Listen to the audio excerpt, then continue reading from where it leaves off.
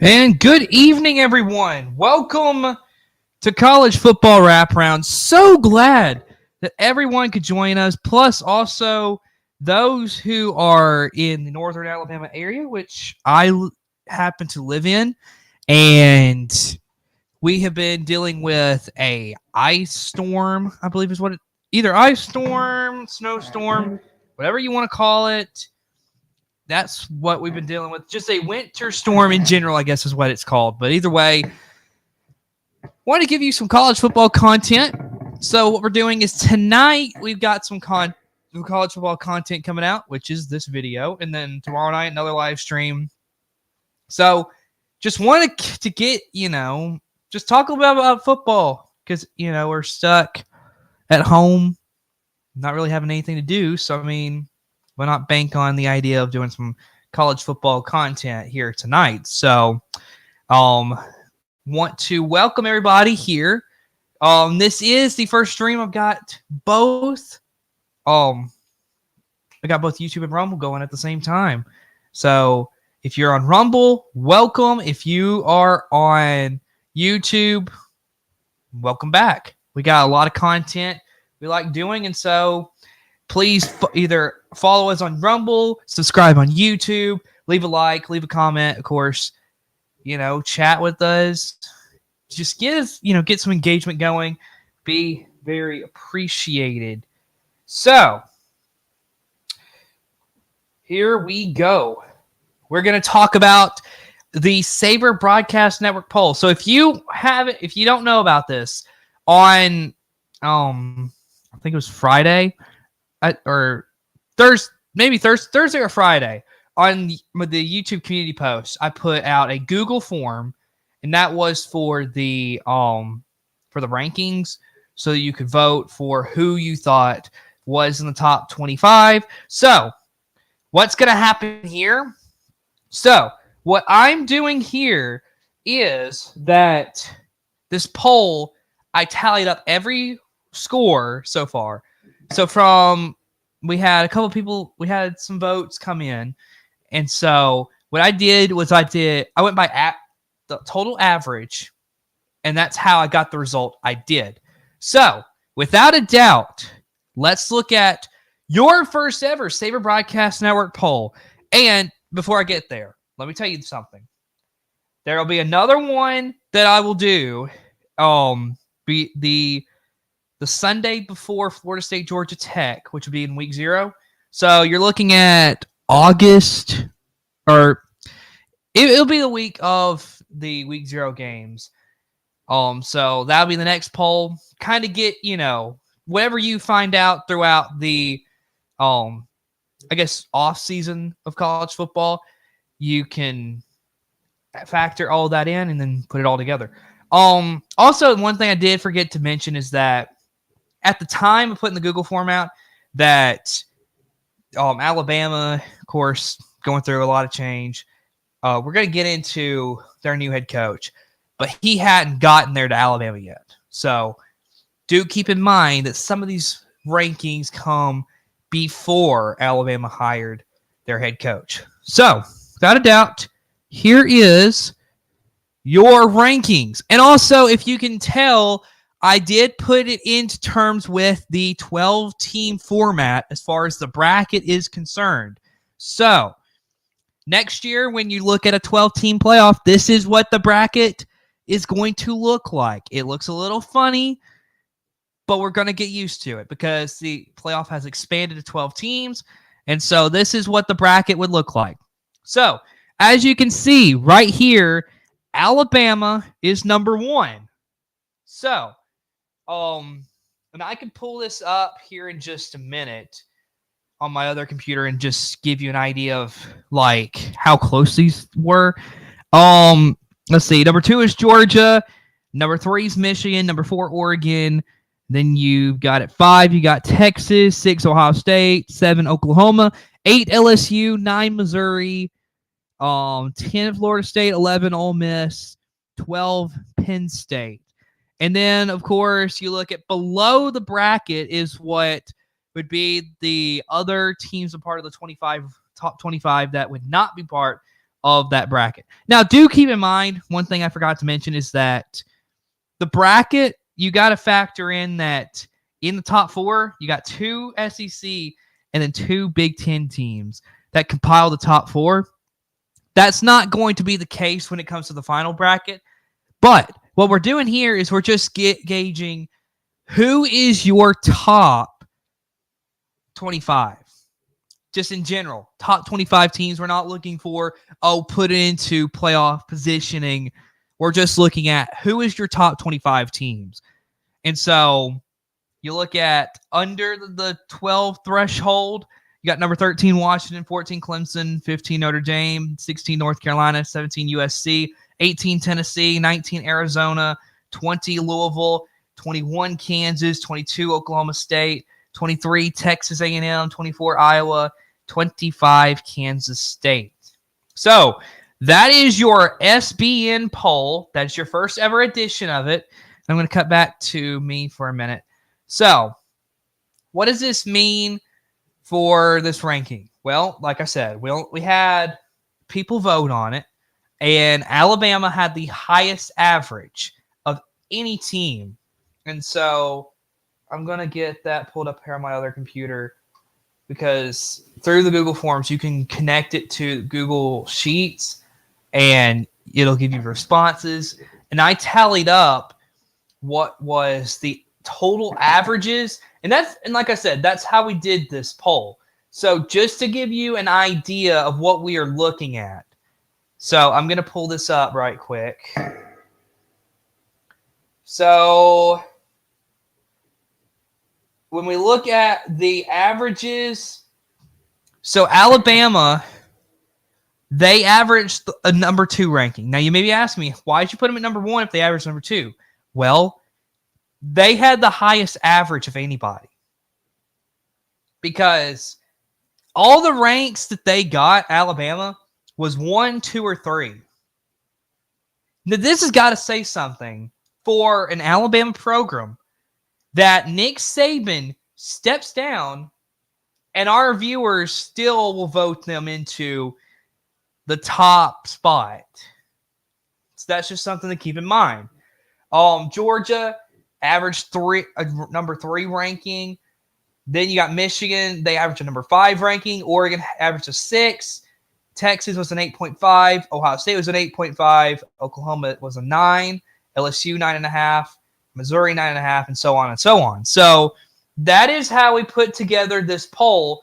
Is we took what was the average of these teams' ranks, and Alabama had the highest average, so they're going number 1. That's how he did this. This is not saying that there's any bias towards anything at all. This is just how it ended up working out, and so that's the SBN poll. So what I'm about to do now is I'm going to show you my poll for right now. Now this, of course, like I said, this is an early poll. So this is just kind of gauging after the season's over. And this is like a way too early. We don't know what's going to happen. So whether or not these rankings aren't going to stand until, they'll stand until August, like I told you. So the week of the week 0 game between Florida State and Georgia Tech, we're going to have another poll. So don't worry. Everything is going to be fine.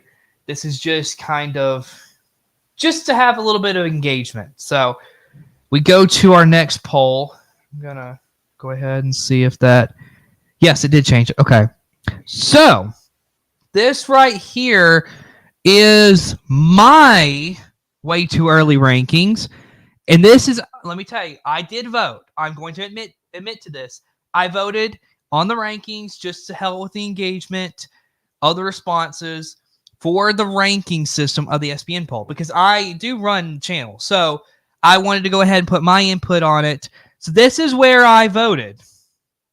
So number 1 is Georgia, because let me tell you something. They have picked up Travarius Robinson from Alabama. He's going to be the, I think he's co-DC. Alabama almost got him back. And so He's going there. They've got some Alabama players transferring in. I think Georgia's a top team. Georgia, I think if there's any team in college football that could potentially dethrone Alabama's dynasty and replicate some of that, not all of it, but some of it, Georgia, I think, is that team. So Georgia's my number one. Number two is Michigan. Michigan just won the national championship game. I have this feeling like Michigan is going to be there. And so I like Michigan at number two. Number three, I like Alabama. Like I said, the thing that's dropping Alabama, because I probably would have had them at number one had Saban not retired. Since he retired and since there was so much so much unknown with the Tide, I dropped them to number three. I feel like that's an appropriate spot because I feel like they are still going to be winning games decisively.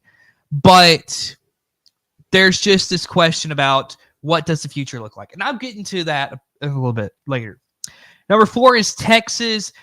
I just feel like you got Quinn Ewers coming back. Sark is back. This team is going to be incredible. And they are, to me, I think they could, if I didn't have them at four, I probably would have had them at either 2 or 3 because I feel like they're just that good. Number 5, I got Oklahoma.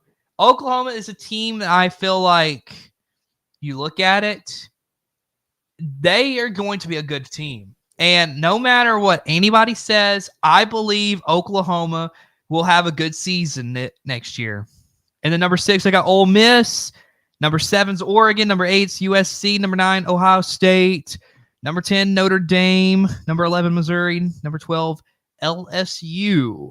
So you may be asking me, Cooper, you were very critical about USC last season. How come you got them at number 8? Well, I will say this, and I had to give it a little bit of thought, but after thinking about it, USC, to me, they've got a lot of upside. And I will say, watching their bowl game, they were pretty good in the bowl game. Then again, it's a bowl game. And I've said this a couple weeks ago, I think they need to eliminate some of these bowl games, but that's another conversation for another day. But USC, I think, going up against the Big Ten, and that's another thing. Tomorrow is going to be Big Ten schedule preview, so that's what we're doing. We're going to go through the Big Ten schedule. Don't worry. I've been promising that video for a long time. It's coming. It is coming. But USC, I just feel like they deserve a number 8 ranking. I feel like they are going to be an interesting team to watch. And quite frankly, you could see, like I could imagine a world where USC is playing for the Big Ten championship, to be honest with you, after really giving it some thought. And Ohio State's just that team. I dropped them to number 9 because I just feel like they're gonna win games, but I don't think they have enough to beat the Michigans, the USCs, the Oregons. That's just my thing. I don't see them beating those teams. So in that case, Ohio State to me is number 9. They're not going to win the big game to me. And it's sad because the tone's really shifted where Michigan for years was a team that couldn't win the big game. Well, now it's Ohio State. So you can see Florida State's at 13, Penn State at 14, Tennessee 15, Texas A&M at 16, Washington 17, North Carolina 18, Kansas State 19, Kansas 20, Iowa at 21, Clemson at 22, Arizona at 23, Louisville 24, and 25 is NC State. So you're asking me, why is Texas A&M above teams like Clemson or Kansas State? Well, here's my thing. I like Mike Elko, and I'm going to bring you back here to me. I think Mike Elko in year 1, with the talent A&M has, I think Mike Elko can make that a top 16 team in the country. And I will say this. I think A&M is going to be a scary good team that could be on the outside looking into the college football playoff. Because now, with it being 12 teams, pretty much, if you're an SEC team, and if you are, I'll be honest with you, if you're like 8-4, 9-3, how are you not on that outside looking in? So, A&M, I think they will be good enough to get like 9 wins. Mike Elko, I believe that he's just that good of a coach. And so I'll take them any day over Clemson or Kansas State, to be honest with you. Because also with Kansas State, you got to remember, Will Howard's gone. What are they going to look like? Clemson has been struggling these last few years. Are they actually going to be a top 25 team this season? Or if they're going to be down, like I got them at 22, I think is what it was. Let me check. 22 is where I have Clemson. So I'm going to be honest with you, folks. Clemson is just a case of I'm not sure. Big thing is, as long as they win their conference, they can get into the playoff with an automatic bid. And that's my thing that really gets me irritated with the way that the college football playoff is being set up now, is with the expansion to 12 teams, you get automatic bids, and it's not the best teams anymore. It would be different if they just said, okay, let's put the 12 best teams in the playoffs. That's not what they're doing, though. They're taking teams that probably shouldn't even be in consideration. Because now what you're going to get, okay, from, let's say, the ACC. What happens if you get a 9-3 team in that conference win the championship? Yeah, they're 10-3. But are they really good enough to be playing for a college football playoff championship? No. Not the ACC, at least. My thing is, with the SEC, you get a 9-3 SEC champion. And yes, I think you got to look at it from SEC and Big Ten. There should be some bias to it just because the SEC and the Big Ten are so much better. But, I mean, our SBN poll, I think that shows everything you got to know from this. I mean, you go back to it. Look at this. Alabama's number 1. That's SEC. Georgia's number 2. SEC. Michigan is number 3. Big Ten. Oregon's number 4. Big Ten. Number 5 is Texas. SEC. Number 6 is Ohio State. Big Ten. Number 7, Oklahoma. SEC. Number 8, LSU.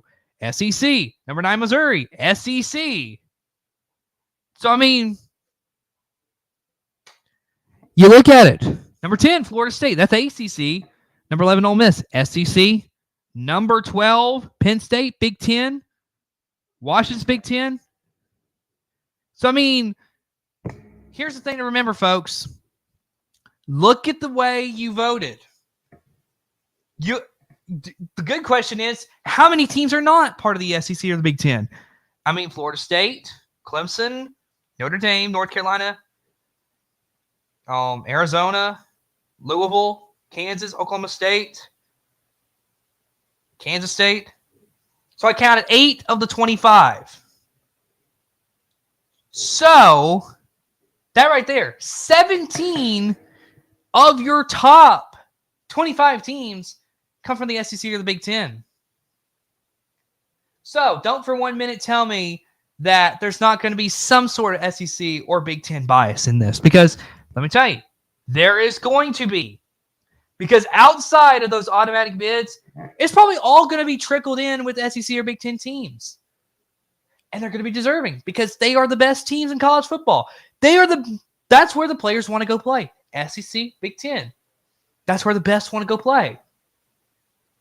And you got some programs that are outside of the SEC or the Big Ten that will probably get some good players coming. But other than that, I mean, you got to be honest with yourself.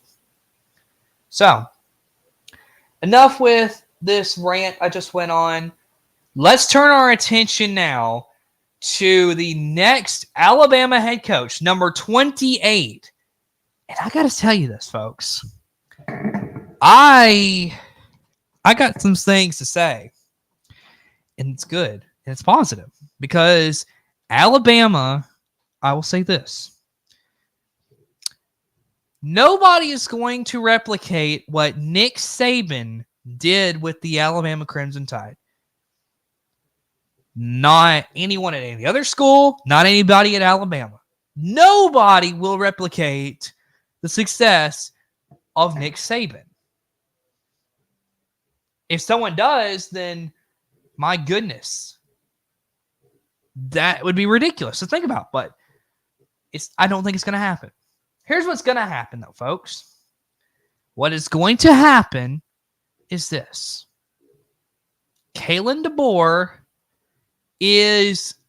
was the best possible choice to replace him with the coaches outside of Alabama that they did get.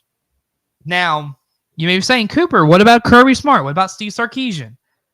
Well, let's look at the realistic side of things, folks. Kirby Smart was not leaving Georgia for Alabama. He's at his alma mater. And plus, look what he's built at Georgia. He doesn't have to leave. Okay? Steve Sarkisian. He's at Texas. Look at all the talent he has reign over that he could go get in the state of Texas. The money that's in Texas, too. He ain't leaving Texas for Alabama. Dan Lanning stayed at Oregon. Now, that's one that it's kind of like, oh, okay. But, the thing I see from that, though, is that he's committed to his team. And then I think fourth, and probably the best option that Alabama ended up getting, Kalen DeBoer. Now, you maybe ask me another question. Why is Kalen DeBoer the best option? Let me tell you this straight. The three men ahead of Kalen DeBoer were all either coached, they coached under Saban. Because Kirby Smart, defensive coordinator for years for Alabama. Steve Sarkisian, offensive coordinator for Alabama for years. Dan Lanning was I believe, graduate assistant. Chat, you can correct me if I am wrong on that. But that's the thing, is that all three of them had ties to Nick Saban. Kalen DeBoer did not.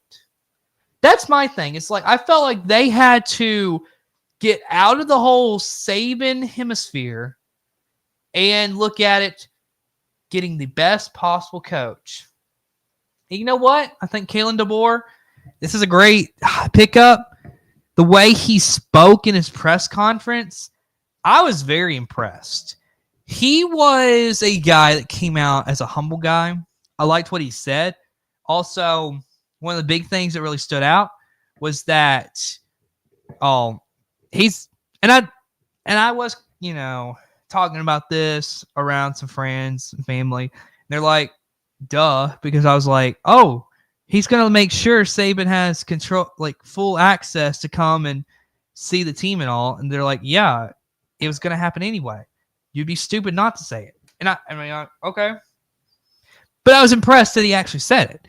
Now, the ability that he's going to have, because I feel like this offense for Alabama, I think that's another thing that really, I think is going to help Alabama so much, is that I feel like the offense has been good these last couple of years, but it hasn't been incredible. And what I'm talking about is the 2 years with Bryce Young as quarterback, and then last year with Jalen Milroe, it just wasn't incredible. But you got Kalen DeBoer bringing along his offensive coordinator from Washington, Ryan Grubb. That's a good pickup.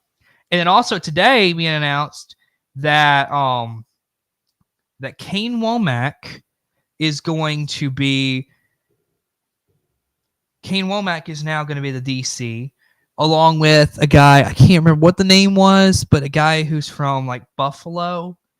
I can't remember what the name was, but that's the thing to keep in mind, I think, is that I think the staff's going to be really good. And so I think Alabama is in a good spot. Now, do I think that they can. I think there's going to be a lot of success come from the Kalen DeBoer era. Now, nobody's going to win 6 national championships at one school like Saban did again. Now, can they win every 3 years as well? I don't see that. But I'll say this. Kalen DeBoer, to me, is going to be, I think, no matter what anybody says, I think he is going to end up winning a lot. And I think there's a potential that Alabama and Georgia for the next 10 to 15 years are just going to trade blows in the SEC championship game. That's just my opinion. I think you're going to see that matchup quite a bit. Maybe a couple times you get LSU in there. Maybe a couple times you get Texas and Oklahoma. But overall, I think it's going to be Alabama and Georgia for the SEC championship for a long time to come. And so, again, I really like the hiring of Kalen DeBoer. I think it's, like I said, nobody's going to replace Saban, but I think Alabama did a good job of finding a good coach, and we all knew they were going to do this. They basically get the pick of the crop wherever they want to go. Plus, Greg Byrne, the AD at Alabama, he is an incredible athletic director. He's also known because if you look at the other sports, because my dad made sure to let me know this, is that when you look at some of the other guys Alabama's brought in while Greg Byrne's been the AD. I mean, look at Nate Oates, the head coach of the basketball team. He's done an incredible job with Alabama basketball.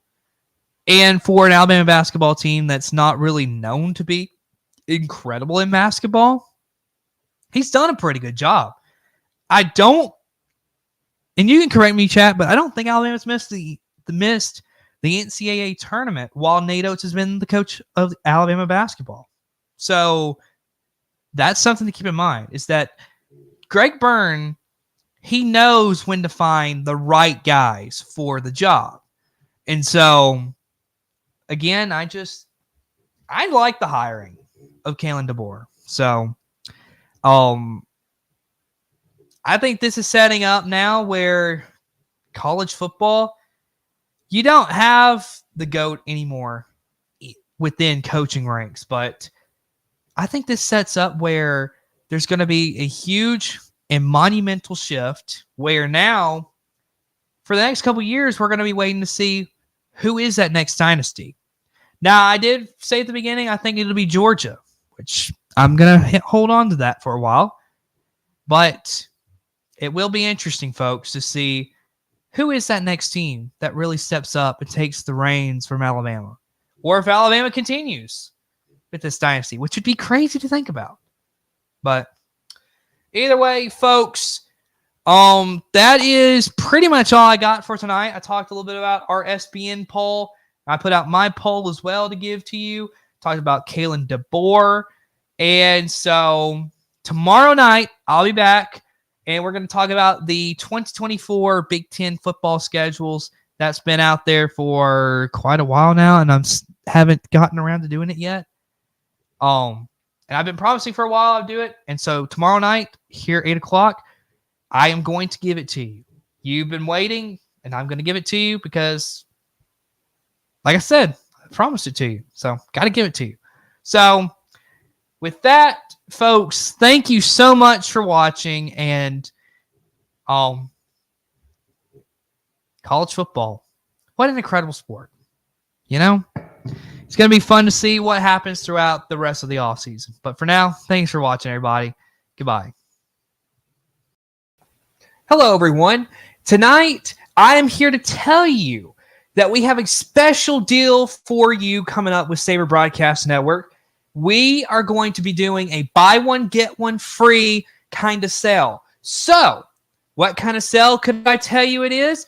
We will be selling t-shirts, Saber Broadcast Network t-shirts. And what comes free? This special little coaster, Saber Broadcast Network coaster, you can use to sit your drink on. So if you want some good, high quality material in a shirt and a nice little coaster to come free, then we have a community post we'll be putting out, and we will tell you all about it and where to contact and everything about it. So hope that you will consider getting this item as part of your collection.